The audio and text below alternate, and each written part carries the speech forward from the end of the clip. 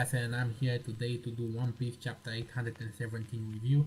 Now I know that I'm a few days late with this chapter review, but unfortunately I had a lot of work to do and I simply couldn't find the time to edit the entire movie. So it is what it is. I apologize to the ones who are waiting for the movie, but I eventually got it. Better late than never. So let's go into the chapter. This chapter has a few key points attached to it, and the first one that I want to mention is the family crest that Kimimon has tattooed on his back.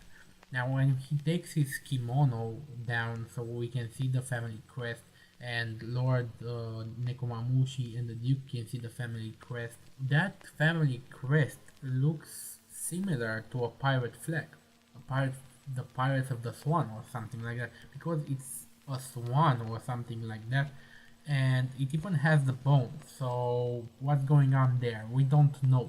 However, it is very interesting to ponder. The second thing we learn is that Momonosuke is not actually Kimimon's son. He is the son of Oden, the ruler of the Wano country, and he's a lord. He's next in line for the throne. So they have been hiding his true identity so his enemies would not capture him. And he is the one, Momonosuke, who actually asks Lord Nekomamushi and the Duke to make peace with each other. Because if his father would see them bicker like they do, he would be greatly offended.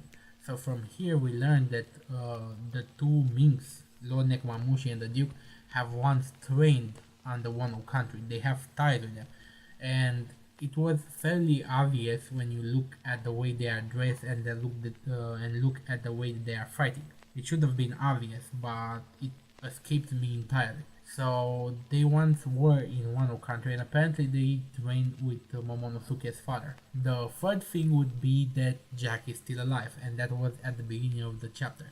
Jack is hurt, but he's still alive, which is an extraordinary feat, given the fact that he actually did battle against Sengoku Fujitora and what's the lady's name? I forget. I forget her name. Whatever. He did battle against two admirals, and he escaped with his life and his crew, and he was in the middle of the water. It's not like he could have run somewhere. He had to repel them.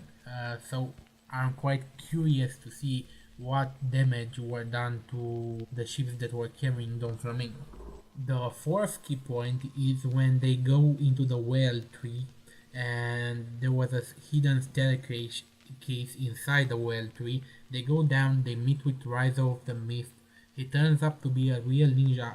At the beginning he didn't want to do any tricks for them because they were pirates, but when he saw how let down they were, he did the shadow clone jutsu, he did the shuriken technique, he did a lot of things for them, and right now they are all Luffy, Chopper, Usopp and the others, even Trafalgar Law, they are all amazed that he could do all those things. But that's not that important. What is important is that there is a poneglyph in the room that Raizo was hiding, and that poneglyph is red. We never saw a red poneglyph until now. We only saw golden ones or normal ones, but not a red one.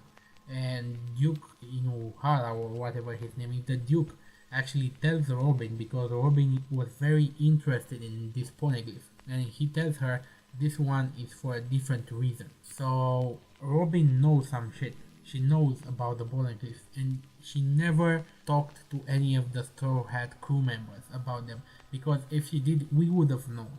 But she read a lot of poneglyphs on their journeys, and never were we previewed to what she read on those poneglyphs. And she's gonna read this one as well, because the Duke let her read this poneglyph, and I'm very curious, very curious about what this poneglyph has to say.